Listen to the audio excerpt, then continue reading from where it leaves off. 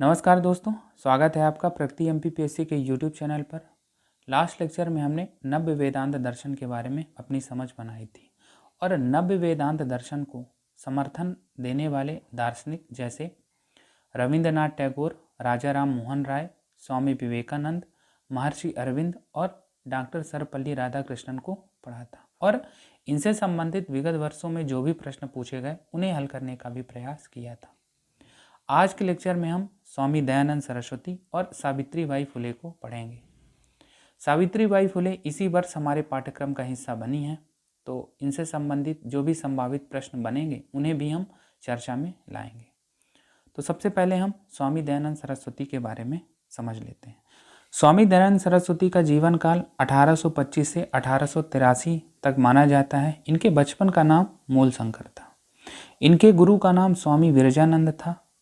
स्वामी दयानंद सरस्वती की प्रसिद्ध रचना है सत्यार्थ प्रकाश, जो कि हिंदी में है। इसके बारे में प्रश्न पूछा जा सकता है 2 अंकों में, तो इसे ध्यान रखना है।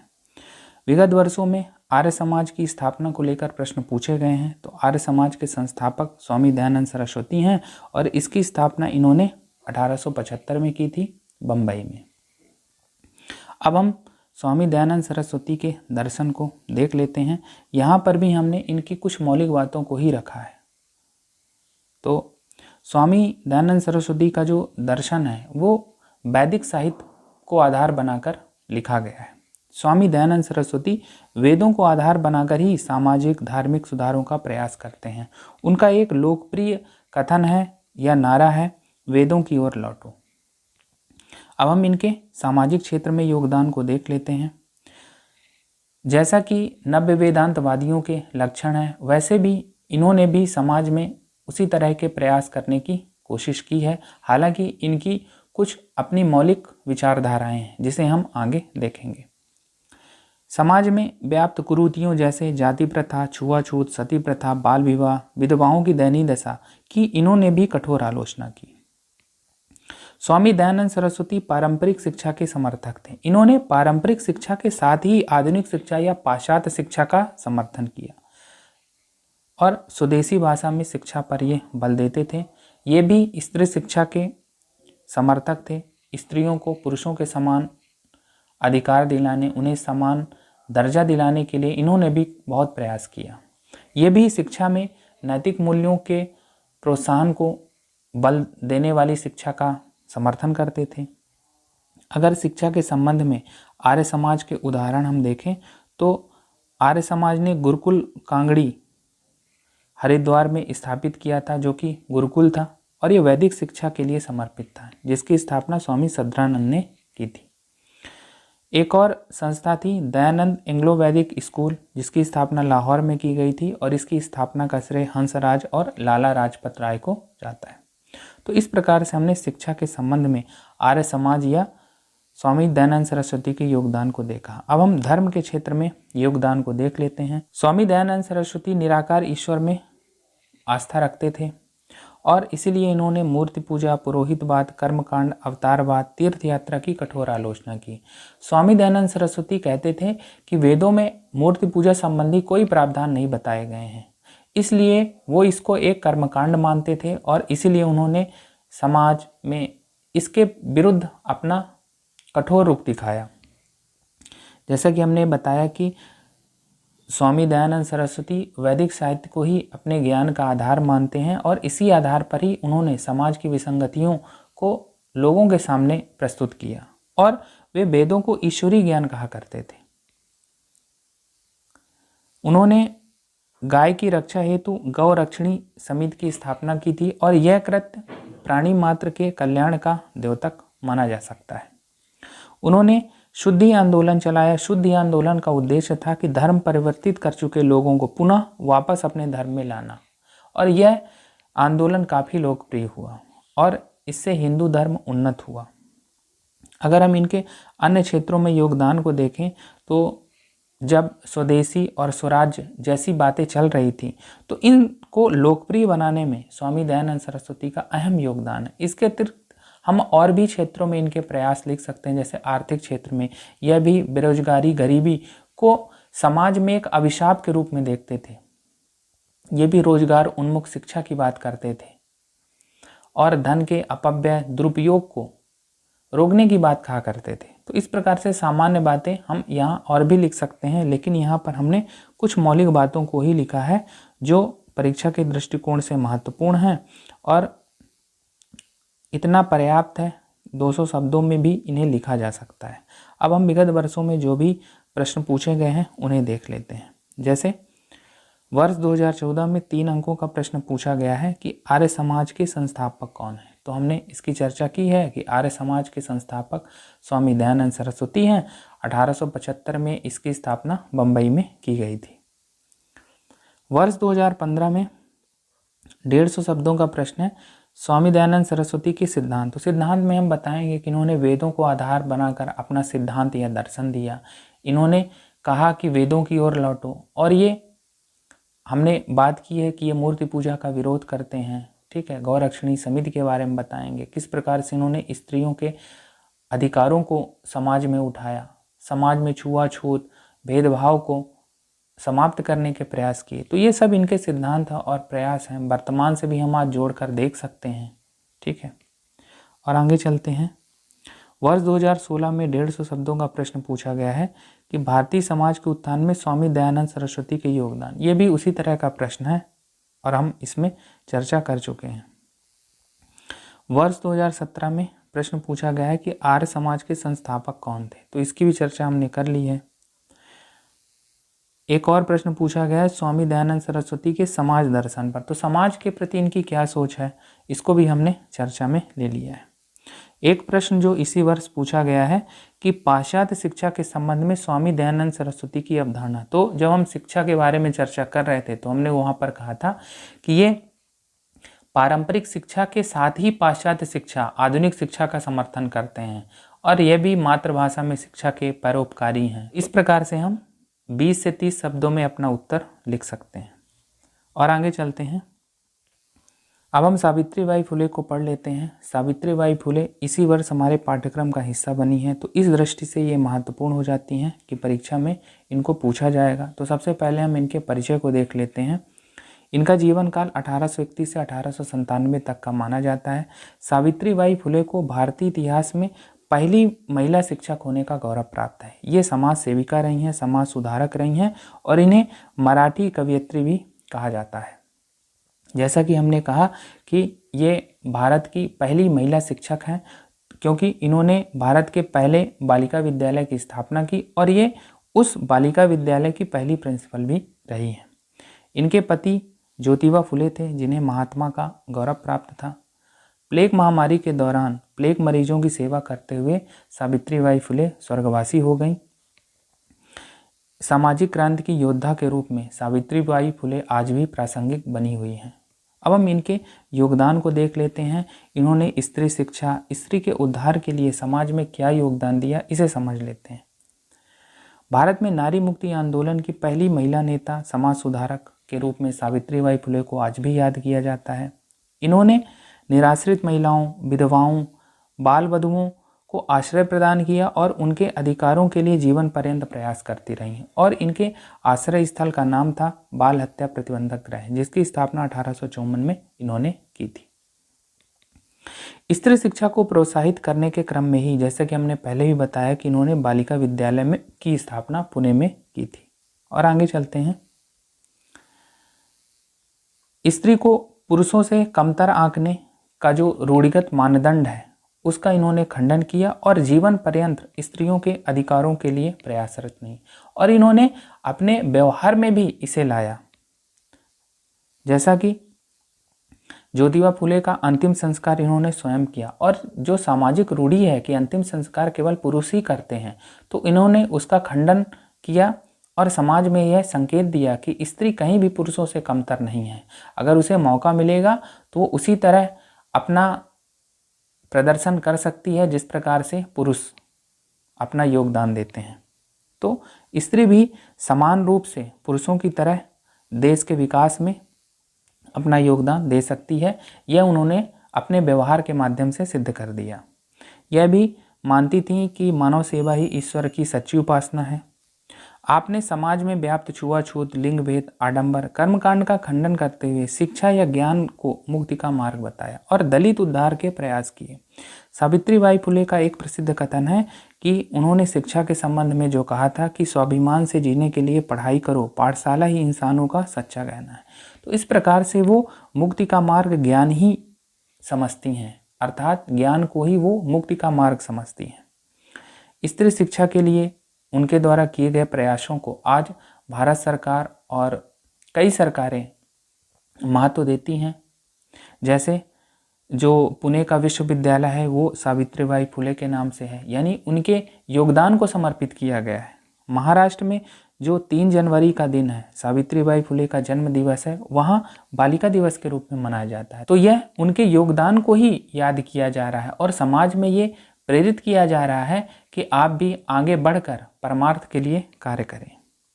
अब हम कुछ इनकी रचनाओं को देख लेते हैं जो एग्ज़ाम के दृष्टिकोण से महत्वपूर्ण हैं। इन्होंने महत्वपूर्ण रचनाएं जो की हैं, काव्य फुले, 52 काशी, सुबोध रत्नाकर, शूद्रों का दर्द। तो 2 अंकों में ये प्रश्न पूछा जा सकता है, इसलिए ये महत्वपूर्ण है। तो इस प्रकार से हमने सावित्रीबाई फुले के स्त्री उद्धार के लिए किए गए प्रयासों की चर्चा की। तो क्योंकि ये अभी हमारे पाठ्यक्रम का हिस्सा बनी, तो हम चर्चा कर लेते हैं कि इनसे संभावित प्रश्न क्या पूछे जा सकते हैं। तो एक तो हमने यही बताया कि इनकी रचनाओं से संबंधित प्रश्न पूछे जा सकते हैं। तो आप काव्य फुले, शूद्रों का दर्द, 52 काशी, सुबोध रत्नाकर ये लिख देंगे। एक स्त्री उद्धार को लेकर इनके योगदान को पूछा जा सकता है, समाज में योगदान को लेकर पूछा जा सकता है, शिक्षा में योगदान को लेकर प्रश्न पूछा जा सकता है। तो 2 अंकों, 5 अंकों और 200 शब्दों में प्रश्न पूछे जा सकते हैं। तो इस प्रकार सभी प्रश्नों का हल देने में हम सक्षम हो जाते हैं और आगे चलते हैं इसमें। अभी तक हमने जो भी दार्शनिक विचारक और समाज सुधारक पढ़े, जिसके अंतर्गत हमने पश्चिमी दार्शनिक विचारकों को पढ़ा, भारतीय दार्शनिक विचारकों को पढ़ा, तो उनकी कुछ मूलभूत बातें जान लेते हैं जिन पर वे एकजुट हैं, अर्थात जिनका वे समर्थन करते हैं और जिनका वे विरोध करते हैं। तो इनको हम देख लेते हैं और हो सकता है कि अगर हमें किसी के संबंध में कुछ बिंदु भूल रहे होते हैं तो एक इन सामान्य विशेषताओं को सभी में हम लिख सकते हैं। तो हम देखने का प्रयास करते हैं कि दार्शनिक विचारक और समाज सुधारक के सामान्य गुण क्या हैं जिनका वे समर्थन करते हैं और जिनका वे विरोध करते हैं। तो पहले हम समर्थन वाले बिंदु देख लेते हैं। जैसे कोई भी दार्शनिक होगा, विचारक होगा, समाज सुधारक होगा, वो आधुनिकीकरण का समर्थन करेगा। आधुनिकीकरण के अंतर्गत हमने समझा था कि वैज्ञानिक चिंतन, सृजनात्मकता, दूरदर्शिता, टीम वर्क की भावना। दूसरा, वो सतत विकास प्रक्रिया, समावेशी विकास की प्रक्रिया का समर्थन करेगा, प्रकृति के संरक्षण को सर्वोपरि महत्व देगा। अगली बात है आधुनिक शिक्षा जो रोजगार उन्मुख हो, कौशल उन्मुख हो, उसका समर्थन करेगा। शिक्षा व्यक्ति के व्यक्तित्व निर्माण हेतु महत्वपूर्ण है, इसे वो सर्वोपरि महत्व देगा। जैसा कि हमने कहा था कि गांधी कहते हैं कि शिक्षा नैतिक मूल्यों को प्रदान करने वाली होनी चाहिए, ऐसे ही रविन्द्रनाथ टैगोर कहते हैं, ऐसे ही दयानंद सरस्वती का भी मत है। अरस्तु, प्लेटो और सुकरात को जब हमने पढ़ा था तो उन्होंने भी यही बात कही थी। तो इस प्रकार से ये सामान्य मूल्य हैं जिन पर सभी दार्शनिक और विचारक एकजुट हैं। वे समाज में प्रगतिशील मूल्यों जैसे लिंग समानता, जाति धर्म की समानता पर बल देते हैं, विचार एवं अभिव्यक्ति की स्वतंत्रता पर जोर देते हैं, सादा जीवन, उच्च विचार वाले गुणों को आत्मसात करने की बात कहते हैं, व्यक्ति को स्वावलंबी बनने की प्रेरणा देते हैं, निष्काम कर्म की प्रेरणा देते हैं। सभी दार्शनिक और विचारक अपनी निज संस्कृति के प्रति लगाव की बात करते हैं। नारी सम्मान, नारी स्वतंत्रता के लिए उन्होंने लगातार प्रयास किया और समाज में भी यह संदेश देते हैं कि हमें लगातार नारी स्वतंत्रता, नारी के सम्मान की कोशिश करनी चाहिए। जैसे हमने राजनीतिक क्षेत्र में सभी दार्शनिकों के योगदान को देखा था कि प्रेस की स्वतंत्रता के समर्थक हैं, वो लोकतंत्र की मजबूती के प्रयास करते हैं, अधिकतम जन सहभागिता हो, जन भागीदारी हो, इसके प्रयास करने चाहिए, टीम वर्क की भावना की बात करते हैं और वो तानाशाही, सामंती या अवसरवादी जो सोच है उसका विरोध करते हैं और शक्ति के विकेंद्रीकरण पर बल देते हैं। तो इस प्रकार से हमने समर्थन के बिंदुओं को देखा। अब हम इनके उन बिंदुओं को देख लेते हैं जहां सभी दार्शनिक और विचारक विरोध की स्थिति में हैं। जैसे सभी दार्शनिक और विचारक रूढ़ियों, अंधविश्वासों का विरोध करते हैं, जैसे लिंग भेद, जाति भेद, छुआछूत, और समाज में हो रहे अमानवीय व्यवहार का भी वो विरोध करते हैं। अंधानुकरण की प्रवृत्ति जो इंसानों में है उसको वो कहते हैं कि इसे इंसान अपने जीवन से हटा दे। सामंती मानसिकता, अफसरशाही का विरोध करते हैं। भ्रष्ट गतिविधियों का विरोध करते हैं। शक्तियों और अधिकारों के दुरुपयोग का वो विरोध करते हैं। लोक निधि या संसाधनों के दुरुपयोग का विरोध करते हैं वो। तो इस प्रकार से ये सामान्य बिंदु हैं जिन पर सभी दार्शनिक, विचारक और समाज सुधारक एकजुट हैं। अब हम आगे बढ़ते हैं। जब हमने पाठ्यक्रम पर चर्चा की थी तो वहाँ पर हमने एक बात को समझा था कि ऐसे दार्शनिक और विचारक जो हमारे पाठ्यक्रम का हिस्सा हैं, अगर उनसे संबंधित प्रश्न पूछे जाते हैं तो उन्हें हल करने में हमें कोई दिक्कत नहीं होगी। लेकिन ऐसे दार्शनिक और विचारक जो हमारे पाठ्यक्रम का हिस्सा नहीं है, अगर उनके विचारों से संबंधित प्रश्न पूछे जाते हैं तो एग्जाम कंडीशंस में हम उनको कैसे हल करेंगे, तो हमारी क्या अप्रोच होगी। तो हमने ये तय किया था कि जब हम इकाई 1 पढ़ेंगे तो इसके बारे में एक सामान्य समझ विकसित करने का प्रयास करेंगे। तो अब हम उन प्रश्नों को भी देख लेते हैं जो इस तरह के हैं या इस प्रकृति के हैं। जैसे वर्ष 2016 में वुड्रो विल्सन के सिद्धांत से संबंधित प्रश्न पूछा गया है। ऐसे ही 2016 में ही आप देखेंगे कि एडगर शेन के विचारों से संबंधित प्रश्न पूछा गया है। ऐसे ही 2018 में 2 और प्रश्न पूछे गए हैं। तो हम पर एक जिम्मेदारी ये है कि हम क्या इनको एग्जाम कंडीशंस में हल कर सकते थे। तो यहाँ पर हम यही समझने का प्रयास करेंगे। सबसे पहले हम वुड्रो विल्सन के सिद्धांत से संबंधित प्रश्न को देखते हैं। कुछ देर के लिए हम भूल जाते हैं कि यहाँ पर वुड्रो विल्सन का सिद्धांत पूछा गया है। तो सबसे पहले हम प्रश्न देखते हैं। प्रश्न कह रहा है कि लोक प्रशासन का क्षेत्र व्यापार का क्षेत्र है। अगर हम प्रश्न को संक्षेप में समझें तो प्रश्न ये कह रहा है कि लोक प्रशासन व्यापार की कुछ विशेषताओं को अर्जित करना चाहता है या कुछ विशेषताओं को अपने में समाहित करना चाहता है। तो व्यापार की ऐसी कौन सी विशेषताएं हैं जिसे लोक प्रशासन चाहता है। हम व्यापार देखते हैं तो व्यापार में 2 महत्वपूर्ण विशेषताएं हैं। एक तो उसका उपभोक्ता केंद्रित होना, जो दक्ष और प्रभावी सेवा प्रदायगी है, व्यापार की एक महत्वपूर्ण विशेषता है। और एक व्यापार की विशेषता है लाभ अर्जित करना। किंतु यहाँ पर व्यापार की ये जो लाभ अर्जन की विशेषता है ये व्यक्तिगत हितों को वरीयता देती है। तो प्रशासन इसको नहीं चाहता। प्रशासन तो केवल उसकी दक्ष और प्रभावी सेवा प्रदायगी को चाहता है। तो वुड्रो विल्सन भी यहाँ यही कहना चाह रहे हैं। तो एक सामान्य समझ से हमने समझा कि इस प्रश्न को हल कर सकते थे या नहीं। तो इसकी एक सामान्य समझ यही होगी। अब हम देखते हैं कि हमने इसको हल करने का कैसे प्रयास किया है। कि वुड्रो विल्सन को लोक प्रशासन का जनक कहा जाता है और इनका निबंध है द स्टडी ऑफ एडमिनिस्ट्रेशन। यहीं पर इन्होंने प्रशासन की दक्षता में सुधार संबंधी बात कही है, जहां पर वो राजनीति व प्रशासन में विभाजन की भी सलाह देते हैं। हो सकता है कि एग्जाम कंडीशन में हमें ये बातें ध्यान ना आए, लेकिन अब जो हम बातें करने जा रहे हैं सामान्य बातें, इन्हें हम जरूर लिख सकते थे। जैसे अभी हमने व्यापार के संबंध में बताया कि दक्ष, सस्ता और प्रभावी सेवा प्रदायगी होगी, उपभोक्ता केंद्रित सेवा प्रदायगी होगी और समय पर सेवा प्रदायगी होगी। यही विशेषताएं प्रशासन भी व्यापार से लेना चाहता है। क्यों? क्योंकि प्रशासन की वर्तमान स्थिति कैसी है, यहाँ पर बहुत सारी विसंगतियां हैं। भ्रष्टाचार है, अफसरशाही है, प्रशासन और लोगों के बीच दूरी बढ़ गई है, जन विश्वास में कमी आई है। तो व्यापार की ये उपर्युक्त विशेषताएं प्रशासन के लिए वांछनीय हैं। हमने व्यापार के दूसरे पक्ष की भी बात की थी कि दूसरा पक्ष है लाभ कमाना। यहाँ पर व्यक्तिगत हित सर्वोपरि होता है। तो ये एक नकारात्मक विशेषता हो गई। तो प्रशासन इसको नहीं चाहता क्योंकि प्रशासन का उद्देश्य तो व्यापक सार्वजनिक हित है। तो इस प्रकार से हम अपनी बात रख सकते थे बिना ज़्यादा जानकारी के। अगर हम यहाँ पर ये भूल जाएं कि वुड्रो विल्सन का ही ये सिद्धांत है तो भी हम इसको लिख सकते थे। अब हम इस संदर्भ में निष्कर्ष देंगे और बता देंगे सरकार इसके लिए क्या कर रही है। प्रभावी दक्ष सेवा प्रदायगी देने के लिए तो सिटीजन चार्टर है, जहाँ पर बताया गया कि कौन सी सेवा आपको कितने दिनों में दी जाएगी। आरटीआई हो गया, कोड ऑफ कंडक्ट आचरण संहिता हो गई कर्तव्य बोध कराने के लिए, एक जैम ट्रिनिटी है, डीबीटी है ना। तो ये सब चीज़ें बताई गई हैं। तो इस प्रकार से हम इस प्रश्न को हल कर सकते थे। और आगे चलते हैं।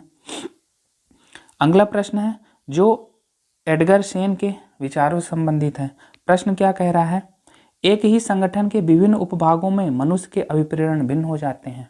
अब अगर हमें एक सामान्य समझ के अनुसार इसको हल करना होता तो हम भूल जाते कि यहाँ पर एडगर सेन को पूछा जा रहा है। बस अब हम इसको हल करने का प्रयास करते हैं जो अभी हमने पढ़ा है। हमने अभिप्रेरणा को पढ़ रखा है, ठीक है। यहाँ पर प्रश्न क्या पूछा जा रहा है कि एक ही संगठन है, उसके विभिन्न उपभाग हैं। तो जब विभिन्न उपभाग होंगे एक ही संगठन के तो कार्मिक की कार्य दशाएं भिन्न भिन्न हो जाएंगी, तो इससे उनके लक्ष्य और अभिप्रेरण भी भिन्न भिन्न हो जाएंगे। तो जब हमने अभिप्रेरणा पढ़ा था तो वहाँ पर हमने अब्राहम मैस्लो का आवश्यकता सोपान सिद्धांत पढ़ा था, जो एक ही संगठन में कार्यरत कार्मिकों के लक्ष्य और अभिप्रेरणा को बताता है और बताता है कि विभिन्न सोपानों में उपस्थित जो कार्मिक हैं या व्यक्ति हैं उनके लक्ष्य और अभिप्रेरण भिन्न भिन्न होते हैं। जैसे हमने बताया था कि सबसे निचले तल में जो व्यक्ति होता है उसका लक्ष्य होता है मूलभूत आवश्यकताओं की पूर्ति करना, वहीं जो सर्वोच्च तल पर है जिसे आत्मबोध हो चुका है वो समाज में अधिक से अधिक योगदान देना चाहता है। तो इस तरह उसके लक्ष्य और अभिप्रेरण अलग हो जाते हैं। और आगे हमने हर्जबर्ग का द्विकारक सिद्धांत समझा था, जहाँ पर वे आरोग्य घटक और अभिप्रेरणात्मक घटक बताते हैं। आरोग्य घटक मित्रवत कार्यदशाएं, अच्छे वेतन भत्ते, सकारात्मक कार्य संस्कृति से संबंधित हैं। वहीं अभिप्रेरणात्मक घटक कार्मिक के कार्यों को मान्यता देने संबंधी, कार्मिक की प्रशंसा व उसकी उपलब्धियों से संबंधित होते हैं। और ये अभिप्रेरणात्मक घटक कार्मिक को बेहतर करने के लिए अभिप्रेरित करते हैं। तो ये जो हर्जबर्ग का द्विकारक सिद्धांत है समान पद सोपान होने पर भी अलग अलग लक्ष्यों अभिप्रेरण की बात करता है। तो इस प्रकार से यहाँ पर भी हम देखते हैं कि व्यक्ति के जो लक्ष्य है और अभिप्रेरण है वो भिन्न भिन्न हो जाते हैं। तीसरी बात हमने यहाँ पर कही है कि नियम, कानून, विनियमन इन सब की अधिकता, अप्रासंगिकता, अव्यवहारिकता भी व्यक्ति को लक्ष्य से भटका करती है और उनके लक्ष्य और अभिप्रेरण भिन्न भिन्न हो जाते हैं। हालांकि ये नकारात्मक अभिप्रेरण और इसके विपरीत स्थिति सकारात्मक अभिप्रेरण हो जाएगी। तो हमने यहाँ पर एक चीज़ ये समझी कि जो लक्ष्य है वो परिस्थिति, संगठन की कार्यदशाओं और उनकी प्रगति पर निर्भर होता है। इसीलिए एक ही संगठन के विभिन्न उपभागों में मनुष्य के अभिप्रेरण भिन्न भिन्न हो जाते हैं। कहने का ऐसा है कि एक सामान्य समझ के आधार पर भी हम इस प्रश्न को हल कर सकते थे अगर हमें एडगर सेन के बारे में ज़्यादा जानकारी पता हो या ना हो। तो जब भी हम इस तरह के प्रश्नों को हल करने का प्रयास करेंगे तो हम कोशिश करेंगे कि जो हमने पढ़ा है उसी के अनुसार बातें लिख दें, क्योंकि जो भी दार्शनिक है, विचारक है, वो अच्छी बातें ही करते हैं और इन अच्छी बातों पर उनकी एकजुटता होती है, लगभग वो सहमत होते हैं। कुछ ही उनके विचार भिन्न होते हैं अन्य दार्शनिकों से। और आगे चलते हैं। इसमें वर्ष 2018 में 150 शब्दों का प्रश्न पूछा गया है जो ईएस ऊपर की पंक्तियों से संबंधित है। प्रश्न है, मैं सोया और पाया कि जीवन सौंदर्य था, मैं जागा और पाया कि जीवन एक कर्तव्य था। और इसे लोक सेवकों के कर्तव्य पालन से जोड़कर बताया जा रहा है। तो यहाँ पर एक बात तो हमें पता चल गई है कि लोक सेवक को कर्तव्य बोध कराया जा रहा है, ठीक है। तो यहाँ पर दो परिस्थितियां भी दी गई हैं कि जब लोक सेवक सोया है और जब लोक सेवक जागा है। जागा है अर्थात जब उसे अपना कर्तव्य बोध हो जा रहा है। सोने का मतलब यही है कि जब वो अपने कर्तव्य विमुखता की स्थिति में है। बस इतने से ही प्रश्न हल हो जाएगा। फर्क नहीं पड़ता है कि ईएस ऊपर को हम जानते हैं या नहीं जानते हैं। तो इसी दृष्टिकोण से हम इसे हल करने का प्रयास कर रहे हैं। जैसा कि हमने बताया कि यहाँ पर सोने का क्या मतलब है कि एक लोक सेवक कर्तव्य विमुखता की स्थिति में है, वो अपने शक्तियों एवं अधिकारों के दुरुपयोग की स्थिति में है, वो भौतिकवादी सुख की प्राप्ति में संलग्न है, यानी व्यक्तिगत हित में वो कार्य कर रहा है। जब लोक सेवक का कर्तव्य बोध हो जाता है या उसे अपना आत्मबोध हो जाता है, जब वो ऐसी स्थिति प्राप्त कर लेता है कि जिस पद और स्थिति के लिए उसे वहाँ जिम्मेदारी दी गई है जब उसे इस पद और स्थिति का कार्यबोध हो जाता है तो फिर वो मानव सेवा को ही ईश्वर सेवा समझने लगता है। जैसा कि स्वामी विवेकानंद कहते हैं, वो निष्काम कर्म की भावना से निस्वार्थ पूर्वक कार्य करने लगता है और वो यह चीज़ समझ जाता है कि जीवन जीने का परम लक्ष्य सार्वजनिक कल्याण में अधिकतम योगदान करना है। और इस कथनों के माध्यम से यहाँ यही बताने का प्रयास किया गया है कि लोक सेवक की कर्तव्य परायणता देश के विकास में अहम योगदान रखती है कि और यहाँ पर लोक सेवक को प्रेरित किया जा रहा है कि वह सत्यनिष्ठ होकर, ईमानदार होकर, वस्तुनिष्ठ होकर व्यापक सार्वजनिक हित में कार्य करे, क्योंकि लोक सेवक के पास बहुत बड़ी जिम्मेदारी है कर्तव्य निर्वहन की। तभी देश विकासवान हो पाएगा और व्यापक जन कल्याण सुनिश्चित हो सकेगा। तो इस संदर्भ में हम कुछ सुझाव भी दे देंगे। सरकार कर्तव्य पालन, कर्तव्य बोध कराने के लिए क्या प्रयास कर रही है, जैसे आचरण संहिता, RTI हो गया, डायरेक्ट बेनिफिट ट्रांसफ़र हो गया, और P4 का कॉन्सेप्ट। P4 का कॉन्सेप्ट हमने पढ़ा था कि सरकार जो P4 का कॉन्सेप्ट लाई है, जहाँ पर पेमेंट, पेंशन और प्रमोशन को परफॉर्मेंस बेस्ड कर दिया गया है। तो इस प्रकार से हम इस प्रश्न को लिख सकते थे, चाहे हम ES ऊपर के बारे में जानते हों या ना जानते हों। तो एक सामान्य समझ के द्वारा इस प्रश्न को हल किया जा सकता था। और आगे चलते हैं। वर्ष 2018 में एक और प्रश्न पूछा गया है जो मनोवैज्ञानिक बोरिंग और लैंगफील्ड के कथन से संबंधित है। प्रश्न क्या कह रहा है? विस्तृत दृष्टिकोण से प्रेरणा उन शक्तियों को निर्धारित करने की समस्या है जो कि समस्त जीव प्राणियों को कार्य करने के लिए बाध्य या उत्तेजित करती है। तो हमें इस कथन के आलोक में मनोवृत्ति परिवर्तन में प्रेरणा की भूमिका समझाना है। अब बात वही है कि क्या हम बोरिंग और लैंगफील्ड को पढ़ने का प्रयास करें? ऐसे कितने ही दार्शनिक हैं, उनके कथन बार बार पूछे जाएंगे, तो क्या हम हर दार्शनिकों को पढ़ेंगे? ऐसा नहीं है। एक सामान्य समझ के अनुसार भी इसको हल किया जा सकता था, क्योंकि यहाँ पर पूछा क्या जा रहा है, मनोवृत्ति परिवर्तन में प्रेरणा की भूमिका क्या है। हमने अभिप्रेरणा को पढ़ रखा है कि किस प्रकार से अभिप्रेरित करके मनोवृत्ति में परिवर्तन कराया जाता है। तो प्रश्न सामान्य रूप से यही पूछ रहा है, बस इन्होंने दार्शनिकों के नाम दे दिए हैं।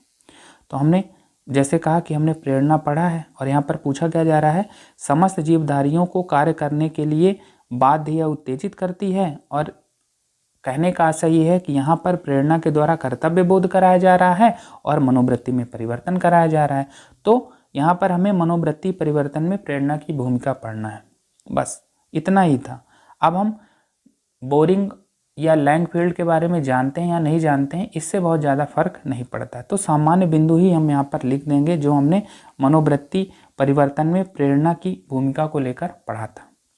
जैसे हमने दंड व पुरस्कार की नीति को पढ़ा था, परस्पर अंधा संबंध स्थापित करने वाली नीति को, जहाँ पर हमने समझा था कि जो राजस्थान का विश्नोई समुदाय, जब उनके संपर्क में आते हैं तो हम भी प्रकृति के प्रति संवेदनशील हो जाते हैं। हमने अनुपालन को समझा था कि अनुपालन के द्वारा किस प्रकार से अभिप्रेरित किया जाता है, ठीक है। परिवार की भूमिका को हमने समझा था। निज संस्कृति के द्वारा प्रेरणा जो मिलती, हमने यहाँ पर व्रत के नियम को देखा था।